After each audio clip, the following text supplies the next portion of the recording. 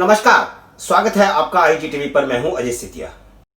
राजस्थान में इतनी ज्यादा राजनीतिक उथल पुथल चल रही है कि अटकलों का बाजार गर्म है।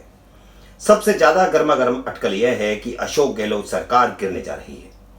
प्रदेश कांग्रेस अध्यक्ष और उप मुख्यमंत्री सचिन पायलट ने 11 जुलाई की रात को बगावत का बिगुल बजा दिया। जब अशोक गहलोत को इस बगावत की जानकारी थी, इसके बावजूद वह अपने 17 विधायकों को साथ लेकर भाजपा शासित हरियाणा के एक 5 स्टार होटल में पहुंच गए। हालांकि पायलट कैंप के विधायकों की कुल संख्या 26 बताई गई है। 12 जुलाई रविवार को उन्होंने सोनिया गांधी और राहुल गांधी से मुलाकात करने की कोशिश की, लेकिन जब उन्हें दोनों ने समय नहीं दिया तो वह ज्योतिरादित्य सिंधिया के घर पहुंच गए। सिंधिया ने 4 महीने पहले ही मध्य प्रदेश में कमलनाथ सरकार गिराकर भाजपा की सरकार बनवाई थी। वह अब खुद मध्य प्रदेश भाजपा में बड़े नेता हैं और प्रदेश से भाजपा के राज्यसभा सांसद भी बन चुके हैं।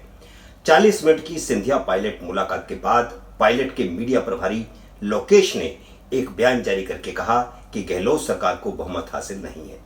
दावा किया गया कि कांग्रेस और निर्दलीय मिलाकर पायलट को 30 विधायकों का समर्थन हासिल है, यानी 26 विधायक, 1 पायलट खुद और 3 विधायक निर्दलीय। मुख्यमंत्री अशोक गहलोत ने सोमवार को विधायक दल की बैठक बुलाई थी और पायलट की तरफ से जारी बयान में यह भी कहा गया है कि वे विधायक दल की बैठक में शामिल नहीं होंगे। अशोक गहलोत ने विधायक दल की बैठक रविवार को भी बुलाई थी, लेकिन जब यह जानकारी मिली कि पूरे विधायक जयपुर में नहीं हैं, तो वह बैठक स्थगित कर दी गई और अशोक गहलोत ने विधायकों के साथ गुटों में मुलाकात करी और यह बताया गया कि विधायकों की संख्या 100 थी। हालांकि यह संख्या इतनी नहीं थी, इसीलिए एक संपूर्ण बैठक नहीं बुलाई गई। लेकिन इन सभी अटकलों के विपरीत एक आकलन यह भी है कि राजनीतिक बाउंडर झाग की तरफ बैठ जाएगा, क्योंकि मध्य प्रदेश की तरह राजस्थान के 26 बागी विधायकों में से 2-4 को छोड़कर अन्य विधायक इस्तीफा देने को तैयार नहीं है। इसकी वजह यह भी है कि दोनों में अंतर बहुत ज्यादा है। भाजपा के कुल विधायकों की समर्थकों के साथ मिलाकर के संख्या 75 है, जबकि कांग्रेस के विधायकों की संख्या 121 है। समर्थकों को साथ मिलाकर के कांग्रेस के अपने विधायक 107 हैं। अगर सचिन पायलट अपने समर्थक विधायकों से इस्तीफा नहीं करवा पाए तो उनका कद बढ़ने के बजाय घट जाएगा। लेकिन पायलट कैंप से खबर यह है कि उनकी भाजपा के बड़े नेताओं से बातचीत शुरू हो चुकी है। हालांकि राजस्थान प्रदेश भाजपा को इसकी कोई जानकारी नहीं थी। गहलोत सरकार भले न गिरे, लेकिन पायलट अपने बयान के बाद इतने आगे बढ़ चुके हैं कि अब उनका कांग्रेस से पैचअप असंभव लगता है। ऐसा लगता है कि सोनिया गांधी और राहुल गांधी ने सचिन पायलट को मिलने का समय नहीं देकर खुद ही उनसे बाहर का रास्ता दिखा दिया है। कांग्रेस आलाकमान में भी अब दो खेमे साफ दिखाई देने लगे हैं।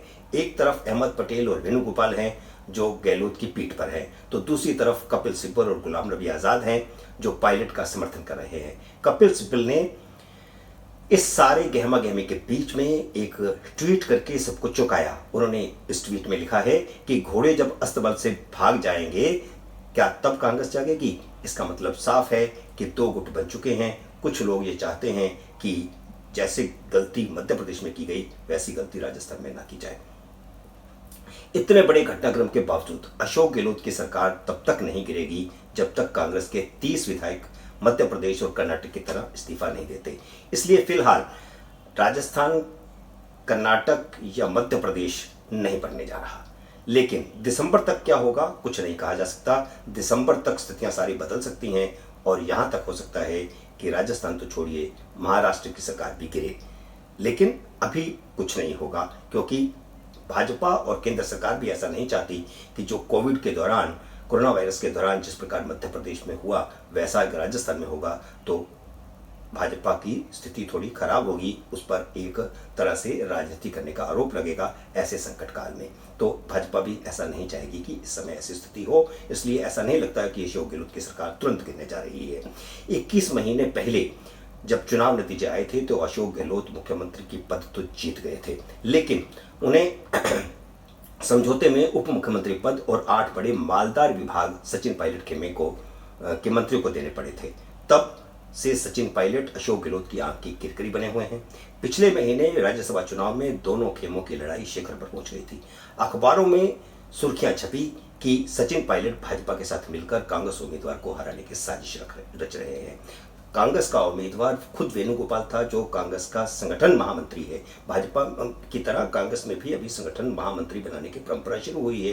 वेणुगोपाल उसके पहले संगठन महामंत्री हैं और सोनिया गांधी के बहुत करीबी हैं। अशोक गहलोत खेमे की ओर से महेश जोशी ने तब एसओजी में विधायकों की खरीद फरोख्त की एक शिकायत दर्ज करवाई थी। अब जब अशोक गहलोत ने पायलट खेमे में हलचल देखी तो उन्होंने भाजपा के नजदीकी 2 व्यापारियों को गिरफ्तार करवा लिया है। इसके अलावा खुद की सरकार को समर्थन दे रहे 3 निर्दलीय विधायकों ओम प्रकाश हुडला, सुरेश टांक और खुशवीर सिंह के खिलाफ भी प्राथमिकी दर्ज कर ली गई है। शुक्रवार को एसीबी ने तीनों को जांच के लिए तलब किया। इसके साथ ही कांग्रेस के भी महेंद्रजीत सिंह मालवीय और एक महिला विधायक रमीला खड़िया का नाम भी सामने आया है। उनको भी संभवतः यह एजेंसी जांच के लिए, पूछताछ के लिए बुलाएगी। अशोक गहलोत ने कमाल का राजनीतिक पैंतरा चलते हुए एसओजी से खुद को और सचिन पायलट को भी पूछताछ का नोटिस जारी करवा लिया है। इसके बाद ही पायलट अपने समर्थक विधायकों को लेकर के हरियाणा के 5 स्टार होटल में पहुंचे। विधायकों के होटल में आने की सूचना स्थानीय पुलिस को पहले से थी। इस कारण होटल के गेट से पहले सड़क पर ही बैरिकेड लगाकर के सुरक्षा कर्मी तैनात कर दिए गए थे। इससे साफ है कि सचिन पायलट का भाजपा से संपर्क तो बना हुआ है, क्योंकि हरियाणा में भाजपा सरकार है और वहां की पुलिस को पहले से सूचना थी। और जैसा उन्होंने मुलाकात की है ज्योतिरादित्य सिंधिया से और उसके बाद से जिस प्रकार उनके मीडिया जो प्रभारी हैं उनका जो बयान जारी हुआ है उनकी तरफ से, उससे साफ है कि पायलट अब इतना आगे बढ़ चुके हैं कि उनका पीछे हटना नामुमकिन सा लगता है। और कांग्रेस के जो राजस्थान के प्रभारी हैं वह विधायक दल की बैठक में शामिल होने के लिए जब जयपुर पहुंचे तो जयपुर में उनसे जब पूछा गया कि पायलट के साथ उनकी कोई बातचीत हुई है क्या, पायलट तो दिल्ली में है, तो उन्होंने अनजान बनते हुए कहा कि पायलट दिल्ली में क्या है, मुझे जानकारी नहीं है। हालांकि वो दिल्ली से ही वहां गए थे और सारी मीडिया में सुबह से ही खबर थी कि वह दिल्ली में है। इससे साफ है कि पायलट के साथ कांग्रेस का संपर्क टूट चुका है या उनकी बातचीत टूट चुकी है। अब हम जाते जाते आपको विधानसभा का गणित भी बता दें। 21 महीने पहले हुए चुनाव में कांग्रेस को 99 और भाजपा को 72 सीटें मिली थी। बाद में 2 उपचुनाव जीतने पर कांग्रेस की संख्या 101 हो गई। 200 के सदन में एक तरह से स्पष्ट बहुमत कांग्रेस का हो गया। अशोक गहलोत ने अपनी पहली जादूगिरी दिखाते हुए बसपा के सभी 6 विधायकों को कांग्रेस के में विलय करवा लिया था। इस तरह कांग्रेस के अब 127 विधायक हैं, 107 विधायक हैं। आरएलडी के एकमात्र और 11 निर्दलीय विधायकों का समर्थन भी हासिल है, जिनमें से 3 एफआईआर दर्ज होने के कारण अब गहलोत का साथ छोड़ चुके हैं।